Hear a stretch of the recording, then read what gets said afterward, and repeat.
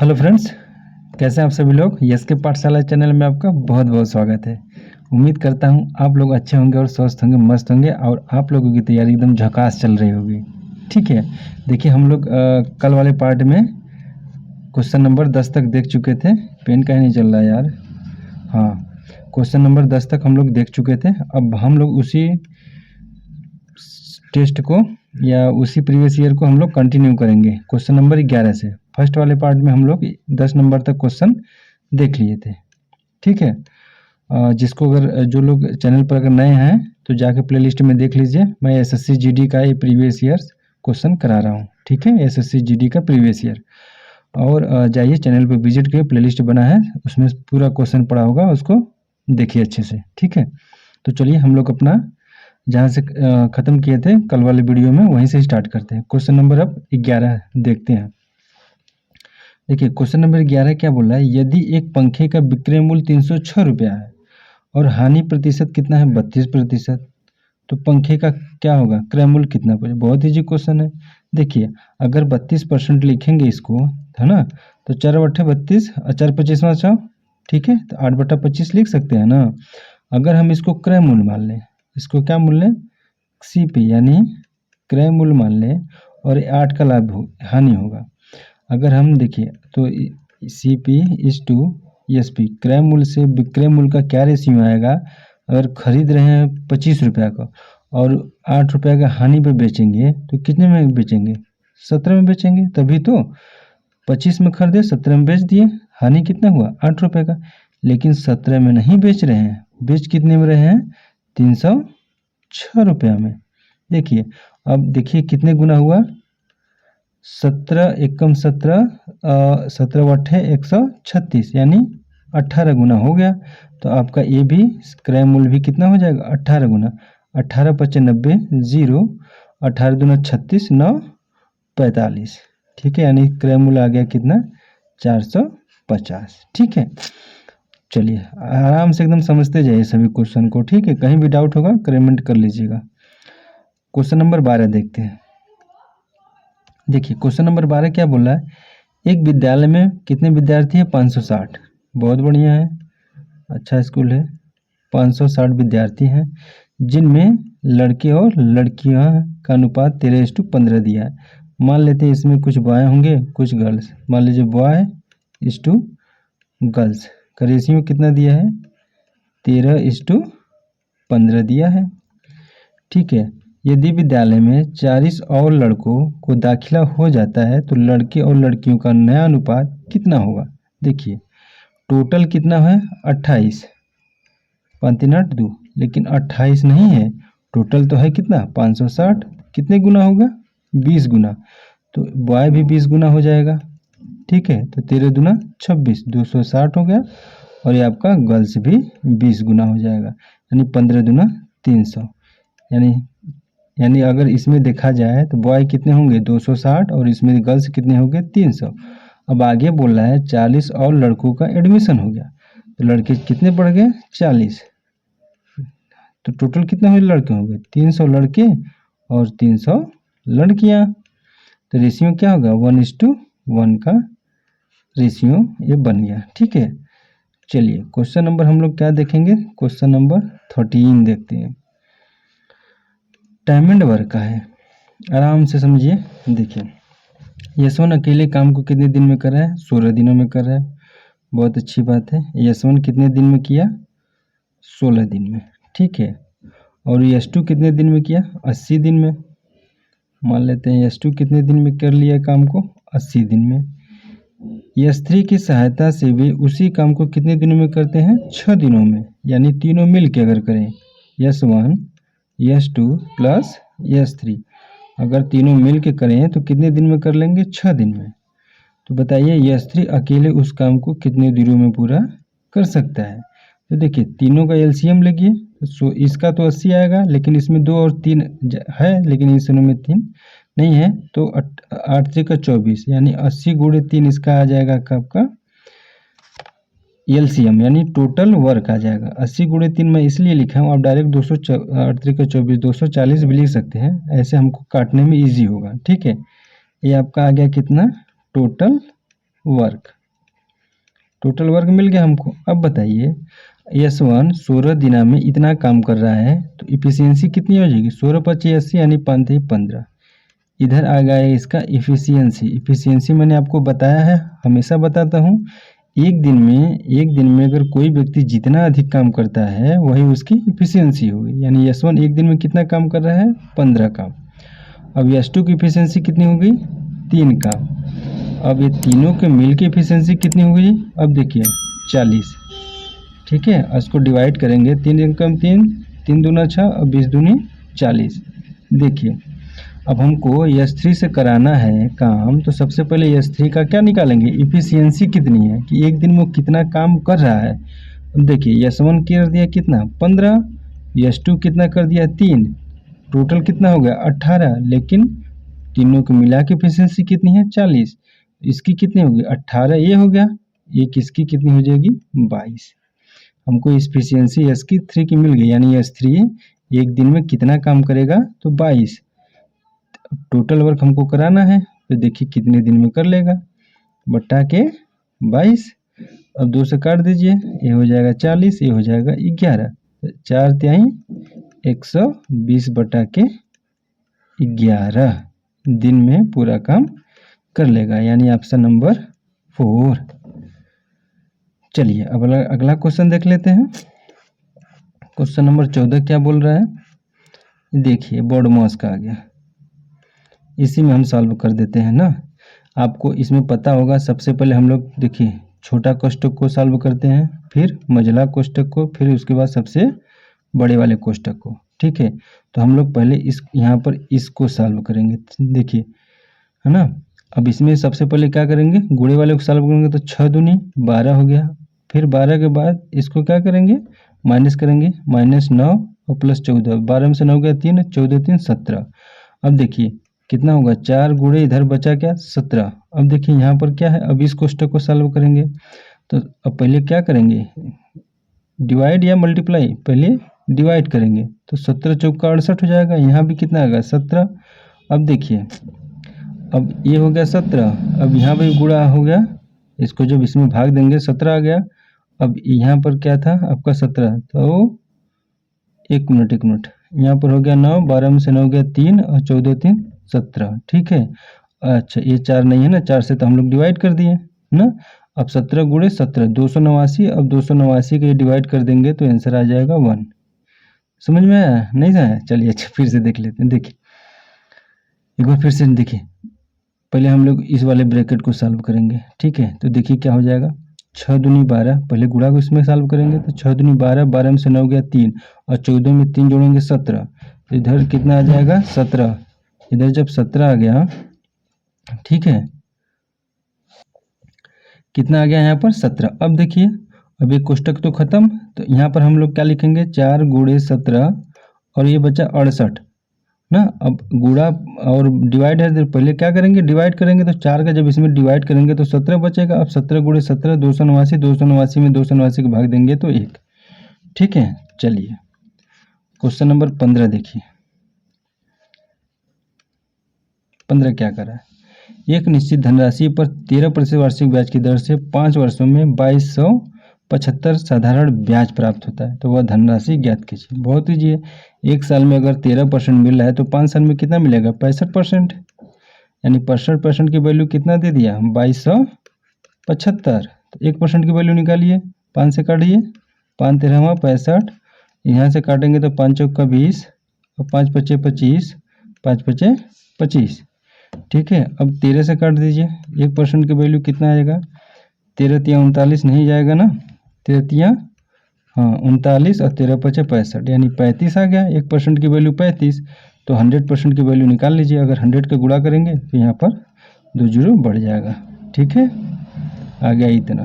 ठीक है, समझ में आया ना। देखिए एक साल का साधारण ब्याज, हर साधारण ब्याज जो सिंपल इंटरेस्ट होता है ना, हर साल सेम होता है, हर साल, चाहे 1 साल 2 साल 3 साल 4 साल, हर साल साधारण ब्याज सेम होता है। एक साल में अगर 13% मिल रहा है तो 5 साल में 65% मिल जाएगा, यानी 65% की वैल्यू इतना, तो 1% की वैल्यू इतना। और प्रिंसिपल अपने आप में कितने परसेंट होता है, 100% होता है। ठीक है, प्रिंसिपल अपने आप में 100% होता है। जब 1% की वैल्यू हमको मिल गया तो 100% की वैल्यू आ गया इतना। ठीक है, चलिए क्वेश्चन नंबर 16 देख लेते हैं क्या है। देखिए ये थोड़ा सा अच्छा क्वेश्चन है, आप लोग इसको ध्यान से समझिएगा। ठीक है, अब इससे मत लगाने जाएगा ए बराबर पी 1 + r/100। मैं हमेशा सब क्वेश्चन बताऊंगा बस रेशियो से। देखिए इसमें प्रिंसिपल दिया है कितना आपको, 1000 रुपया।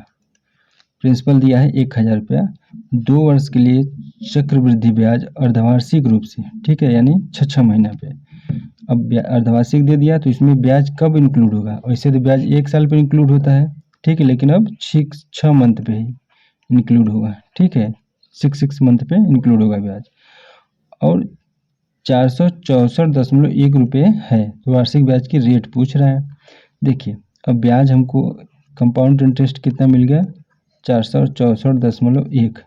अगर हम इसको इसमें जोड़ देंगे तो अमाउंट यानी मिश्र धन कितना हो जाएगा, अमाउंट कितना हो जाएगा 14,600, 14,600, अरे 14 हो गया, 6 हो गया, 4.1। ठीक है, इतना आपका अमाउंट। अमाउंट का मतलब हो गया मिश्र धन। इसमें मिश्र धन, इसमें ब्याज क्या हो गया, इसमें ब्याज आपका इंक्लूड हो गया, प्रिंसिपल प्लस ब्याज, वही तो मिश्र धन होता है। मिश्र धन क्या होता है, प्रिंसिपल प्लस CI।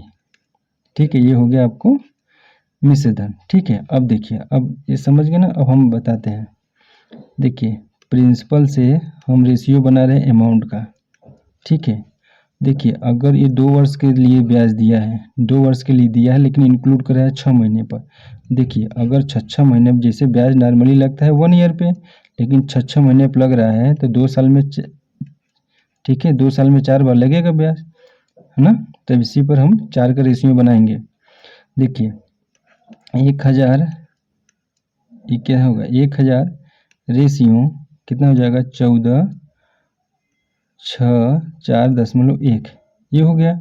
अब हम दशमलव घटाने के लिए 10 से गुणा कर देते दोनों साइड, यानी यहाँ हो जाएगा 10,000, एक जीरो बढ़ गया, इस टू 14,641। ठीक है, अब देखिए इसको हम क्या लिख सकते हैं, 10 का पावर 4 इस टू यहाँ 11 के पावर 4 लिख सकते हैं। आप लोग याद रखिएगा ना, डायरेक्ट 20 तक आपको क्यूब याद कर लेना है, 20 तक क्यूब, और 30 तक पहाड़ा, और 30 तक स्क्वायर, एकदम मस्ट याद कर लीजिएगा। ठीक है, तभी देखिए हम इसको कर पाए हैं, क्योंकि हम जानते हैं 11 का क्यूब 1331 हो जाए, 11 के बारे 4 बार करेंगे 14,641 होता है।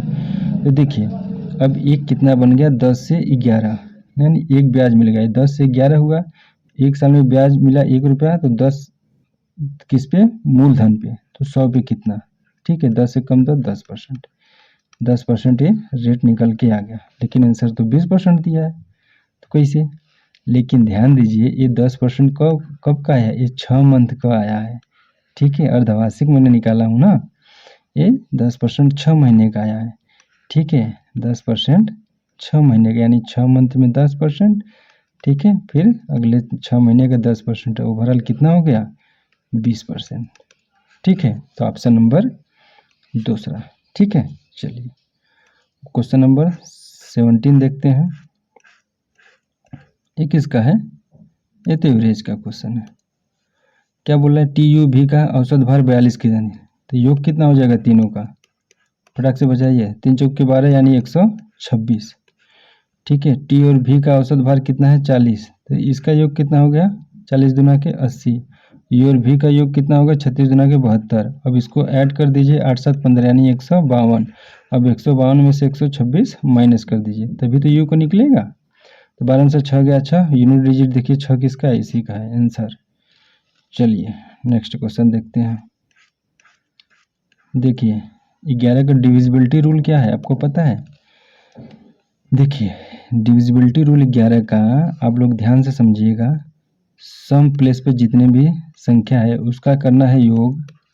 ठीक है, सम प्लेस पे, और विषम प्लेस पे जो भी नंबर है, विषम प्लेस पे जो भी नंबर है उसका करना है योग। ठीक है, फिर इन दोनों का डिफरेंट ले लेना है। क्या लेना है, डिफरेंट। डिफरेंट लेने पर अगर 0 आ जाए या 11 से डिविजिबल हो जाए, 11 का मल्टीपल हो जाए, तो वो पूरी संख्या क्या हो जाएगी, 11 से डिवाइड हो जाएगी। चलिए हम लोग इसी चीज़ को अप्लाई करते हैं। देखिए पहले हम लोग देखते हैं, देखिए 9 6 15 कितना आ गया 15, ठीक है, और 4 1 5, अब -5 तो कितना आया 10 आया, ठीक है। तो ये 11 से डिवाइड नहीं होगा। इसको देखिए 8 6 14 कितना आ गया 14, और ये कितना आ गया 9 5 14 -14, ठीक है, आ गया 0, तो आ गया ना 0, ये 11 से डिवाइड हो जाएगी। अगर इसको चेक करना है, इसको चेक करिए, 4 5 9, 8 7 15, 15 में से 9 गया 7, ठीक है, अरे 6, 9 6 15, ठीक है, 5 4 9 हो गया, 8 7 15 ना, और 15 में से 9 गया तो 6। अब देखिए ये भी नहीं होगा, इसमें कितना है 8 6 14 और 9 2 11, 11 3 14, यहाँ कितना आ गया डिफरेंट 3 आया, यहाँ डिफरेंट 6 आया, जो कि डिफरेंट कितना आना चाहिए, या 0 आए या 11 का मल्टीपल आए, तो 0 यही मिल रहा है, ठीक है। चलिए क्वेश्चन नंबर देखते हैं 19। अच्छा, एवरेज स्पीड का, एवरेज स्पीड नहीं रिलेटिव स्पीड का। दो लड़के हैं 900 मीटर लंबे पुल के विपरीत छोरों पर खड़े हैं।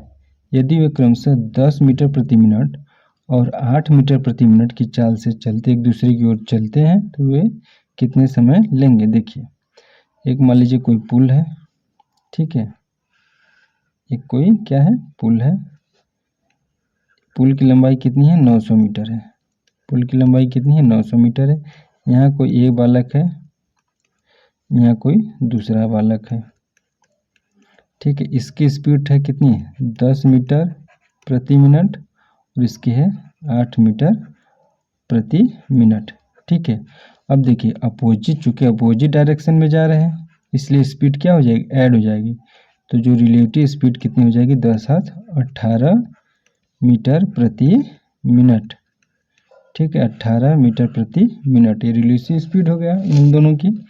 तभी देखते हैं अपोजिट डायरेक्शन में अगर एक्सीडेंट होता है तो एकदम बहुत भयानक चोट लगती है, क्यों, क्योंकि उसकी रिलेटिव स्पीड जुड़ जाती है, ठीक है। अब हमको निकालना क्या है समय, तो आपको पता होगा समय बराबर क्या होगा दूरी अपन चाल, यही तो होता है। दूरी कितना दिया है 900 मीटर और चाल दिया है 18, 18 पचे 90, कितना आ जाएगा 50 मिनट, ठीक है। चलिए क्वेश्चन नंबर हम लोग 20 देखते हैं।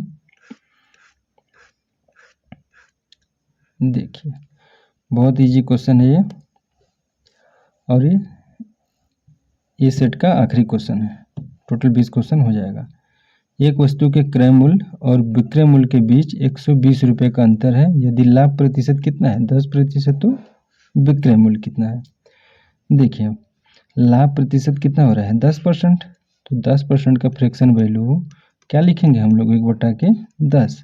हम लोग बोले हूँ कि हमेशा नीचे वाले को क्या मानेंगे क्रय मूल्य यानी कि सीपी, और जबकि क्या हो रहा है प्रॉफिट हो रहा है तो ऊपर हो जाएगा 1 प्लस होगा, ठीक है। यानी अगर क्रय मूल्य 10 रुपया है, ये क्या हो गया क्रय मूल्य 10 रुपया है, तो 1 का लाभ लेके बेचेंगे तो कि विक्रय मूल्य कितना होगा 11 रुपया, ये आ गया आपका एसपी, ये हो गया आपका सीपी।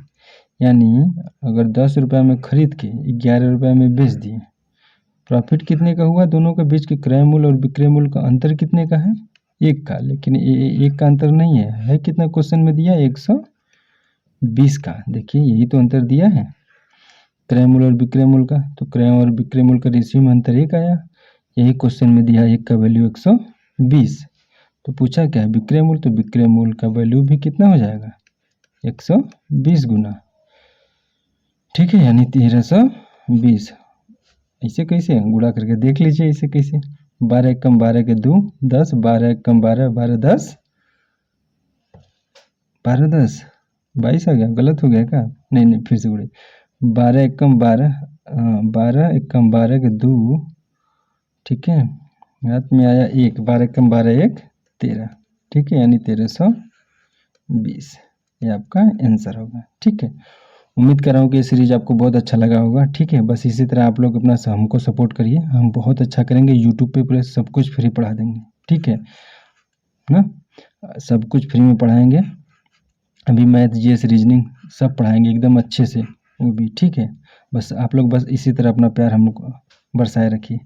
बहुत अच्छा लगा हो, ठीक है। और चलिए आप लोग अच्छे से तैयारी करते रहिए, रिवीजन करते रहिए, रिवीजन कभी मत छोड़िएगा, ठीक है।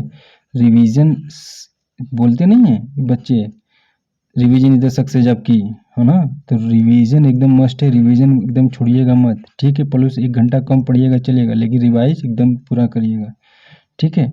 रिवाइज एकदम अच्छे से करिए। अब बस 2 ही काम करना है, रिवीजन प्लस मॉक, वो भी वही प्रीवियस ईयर क्वेश्चन। मॉक अलग से मत दीजिएगा, PYQ ही लगाइएगा, ठीक है। चलिए फिर हम लोग मिलते हैं अब नेक्स्ट वीडियो में। तब तक आप लोग अपना ख्याल रखिएगा, ध्यान रखिएगा, अपने माँ बाप का ख्याल रखिए। Thank you, bye bye.